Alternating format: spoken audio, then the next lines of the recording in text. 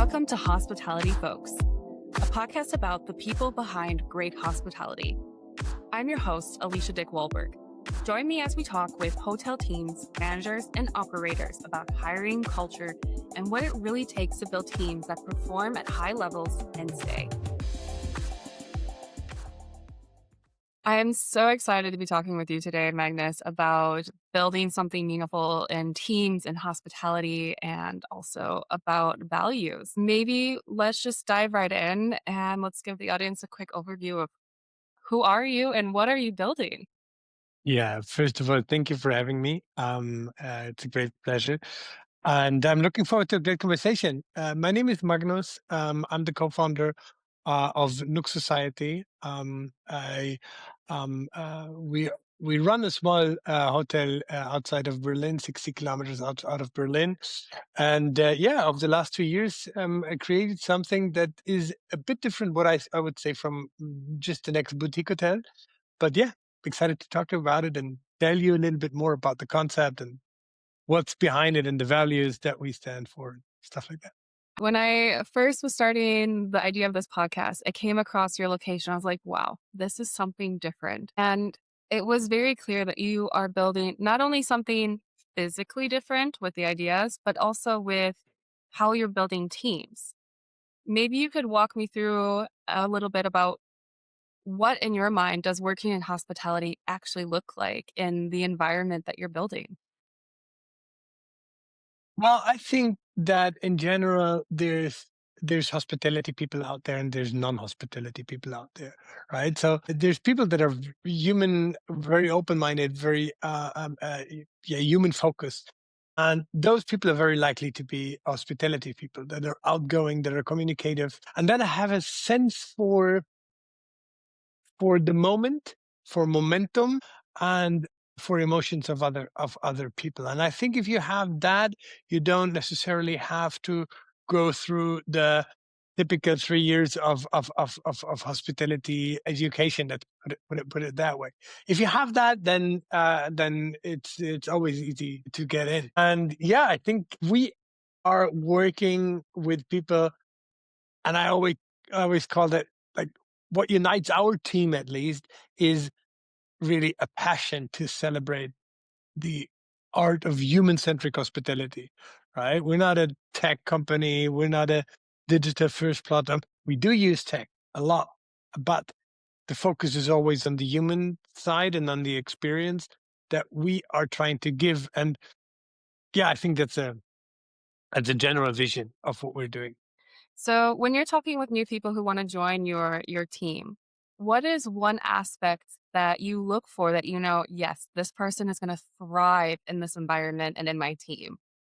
I think we're not reaching out a lot to people. It's that they are reaching out to us. And that is the first sign that's a very positive sign. Um, because it's usually people that found us mostly through Instagram or maybe LinkedIn or our website or conversations about us. And they went through this filter of our pictures of how we word certain messages. Yeah. So I believe, yeah, they've already gone through a certain filter. And when they then have the guts to send that message, it will be very well received. And we, yeah, and then they usually already fit in. There's very little people that don't fit in that went already through the filter. Same on the guest side, by the way. I already have a couple people in mind who are going to be like, how do you attract these people to come to you? And that's, I think, something that we have to look at as an industry together.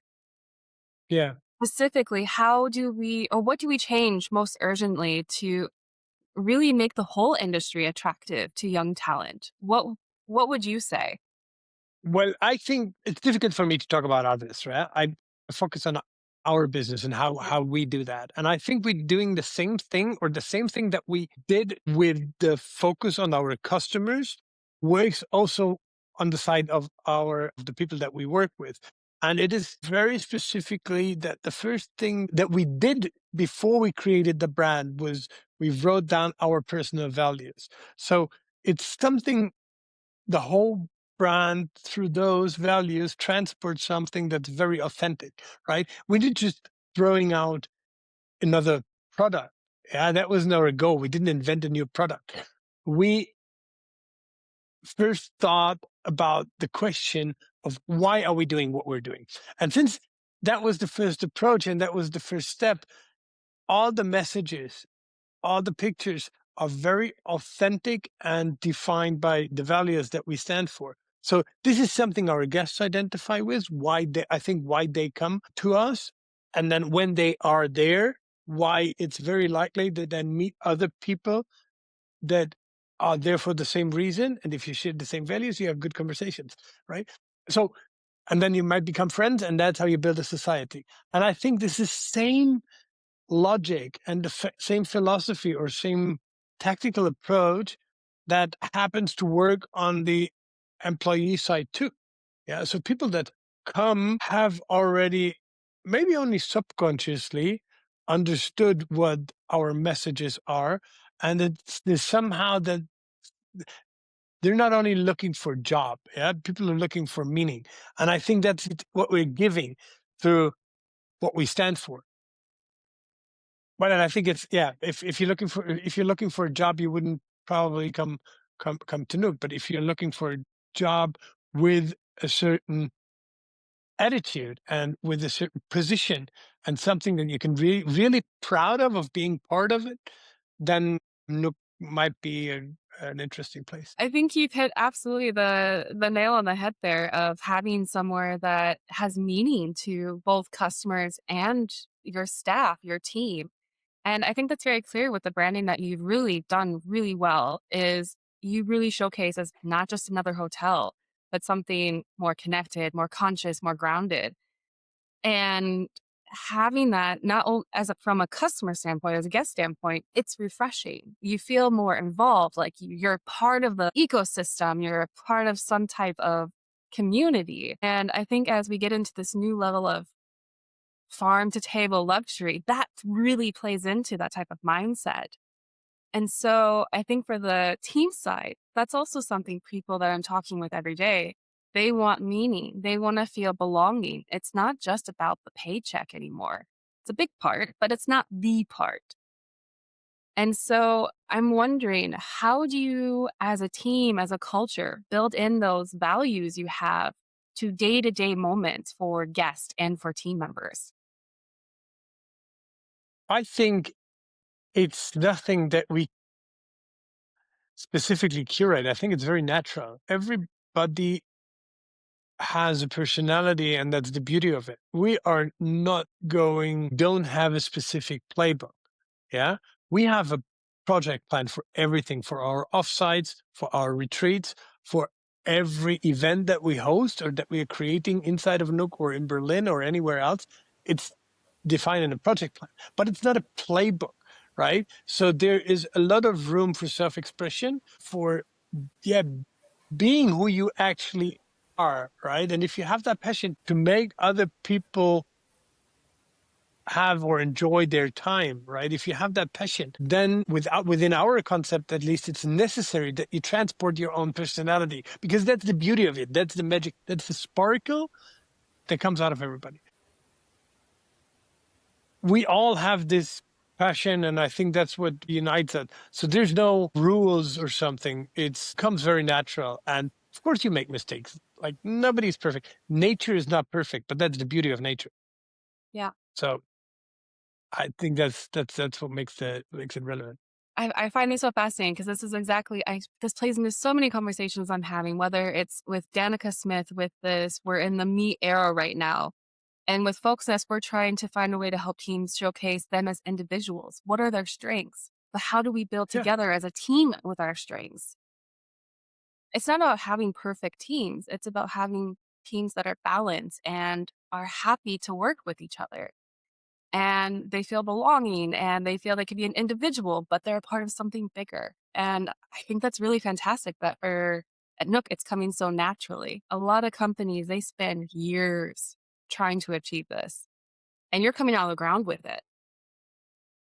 Well, that might be our biggest advantage, right? Because Yes. we have come from, yeah, from like nothing, and now we can really come up with something new, so we don't have to change or re-navigate an existing tanker going that direction. And I think Yeah. very difficult to go left or right. But now when you say that, I'm thinking about it, like it already starts with the three founders. Yeah. We Yeah. have Friedrich Niemann, an experienced, very well-known luxury hotelier who's worked for a Kempinski, who's worked for Hilton, who's worked for the Waldorf Astoria, managing director of Waldorf Astoria in Berlin. Yeah. So luxury, you can't go any higher. Yeah. And then we have myself, who's never worked in a hotel.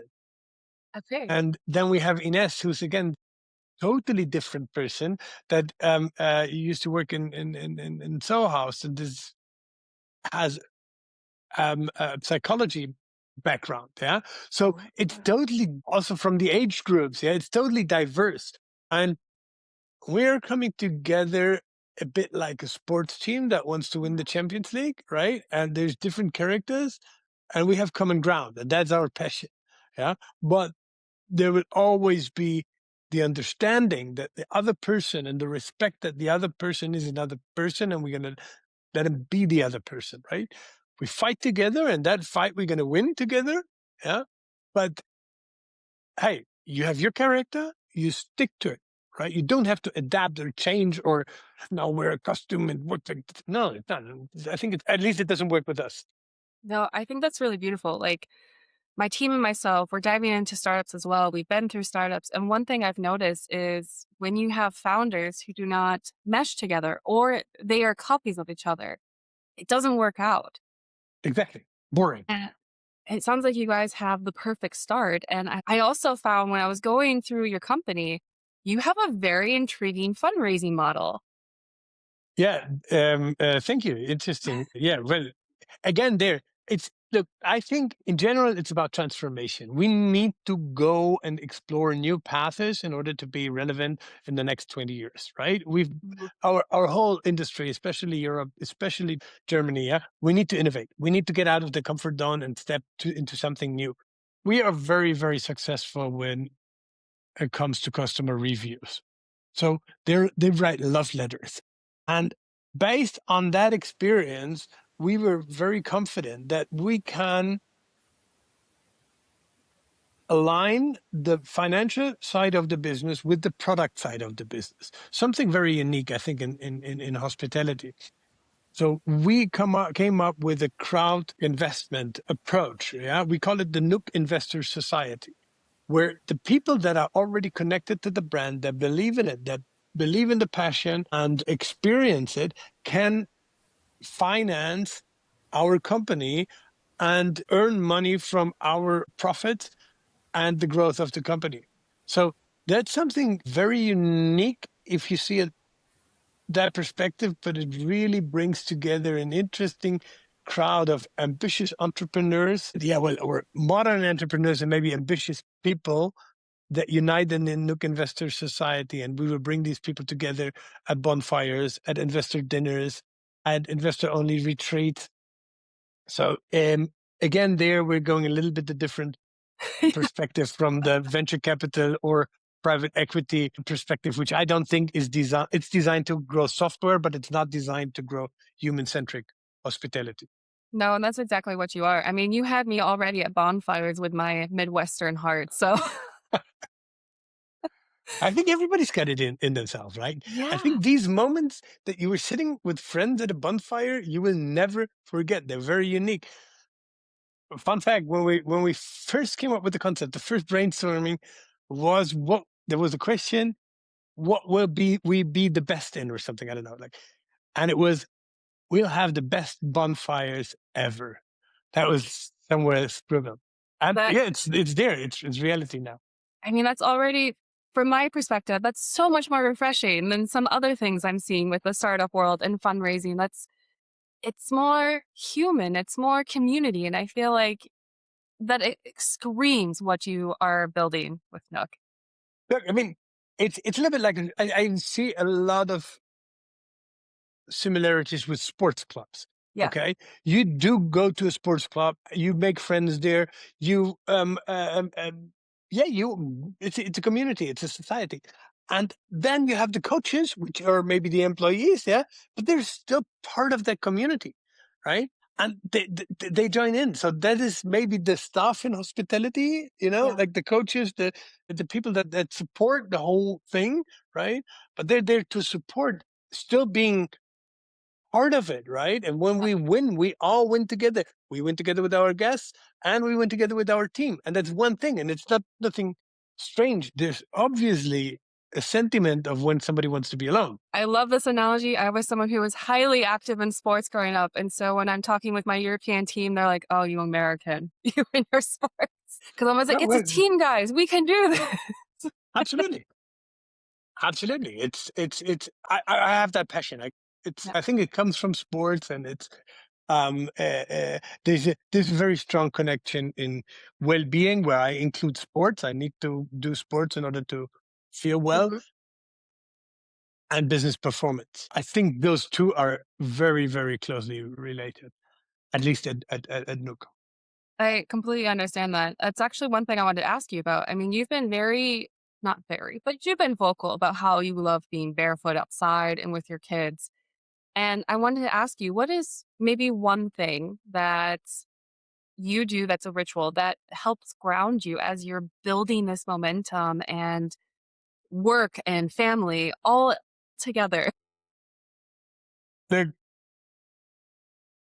It's a very good question. I have this picture in my head, okay? And it's like a pulpo, okay? A pulpo that's being pulled on all its nine or eight, I don't know how many arms, the kids pull here, the business pulls here, somebody pulls there, the other person pulls there, and I'm in the middle. I'm that pulpo, yeah? And everybody pulling along these things, all my arms. And and that's okay. I accepted it. I think it's pretty much what you go through when you're in your 40s, like Mhm. there's no way out. You have to accept it and grow with it. But what helps me ground are basically two things. It's sports. This morning I went swimming for an hour. Um, Good thing is I like to run a lot also, but running I can always have these things in my ear and I can have a conversation while running. But swimming it's impossible. Yeah, Yeah. so swimming is a big thing now for me. And yeah, it's also breathwork and meditation, but they're going too crazy into holistic things. For me, it helps me focus, it helps me ground myself. Yeah, and then the biggest thing is playing with the kids. It's like being a kid yourself again is something, when I get into that level, it's beautiful. It doesn't happen every day, but when it happens, it's wow. I love it. Yep. Dreaming. Yeah. I absolutely love that. I have a very similar life. I get asked a lot, why are you as an American? Why did you move from Munich to Ostfriesland? Middle of nowhere Germany. And it came down to I knew if I wanted to build something and I wanted to have the life that for my son that I dreamed for him, we'd have to buy this house where my in-laws could also live, but not directly with us. Yeah. And we found this house in Ostfriesland, 200 years old almost, fell in love. And so now we have the possibility of running in the garden with him, going on these long walks on the canals to get all of the tabs that were open today out with our rescue dog. And that's the way we found the balance with nature, with building. And Yeah. I feel I also need that sport aspect. Look, I think that we are living in a partly digital world, right? Yeah. And you can love it or you hate it, but it's there. You're not Yeah. going to make it go away.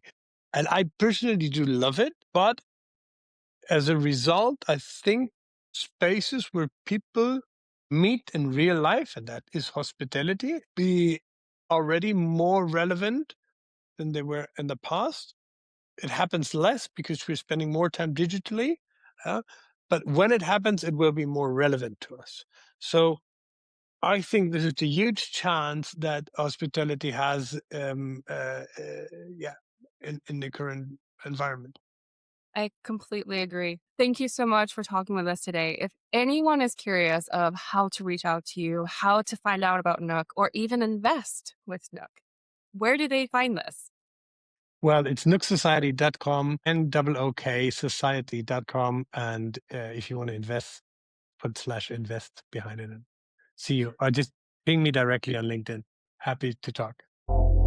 If you found this episode helpful, follow and subscribe to Hospitality Folks and share this episode with your team.